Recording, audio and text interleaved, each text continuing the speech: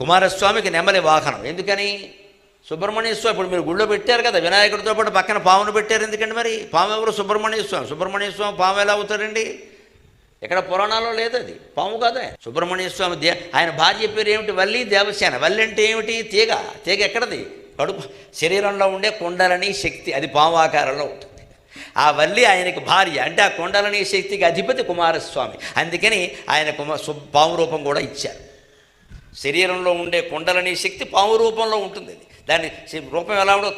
తల కిందికి ఉంటుంది, తోక పైకి ఉంటుంది. మనం యోగ సాధన ద్వారా ఏం చేయాలంటే తోక కిందికి తీసుకొచ్చి తల పైకి పెట్టాలి, మొత్తం ఉల్టా సీదా చేయాలి. ఆ యోగ సాధనకి కుమారస్వామి మూలం. అందుకే ఆయనకి 6 ముఖాలు ఉంటాయి. ఆ సుష్ఠు బ్రహ్మజ్ఞానాన్ని పొందాలి అంటే 6 శాస్త్రాలు చదవాలి.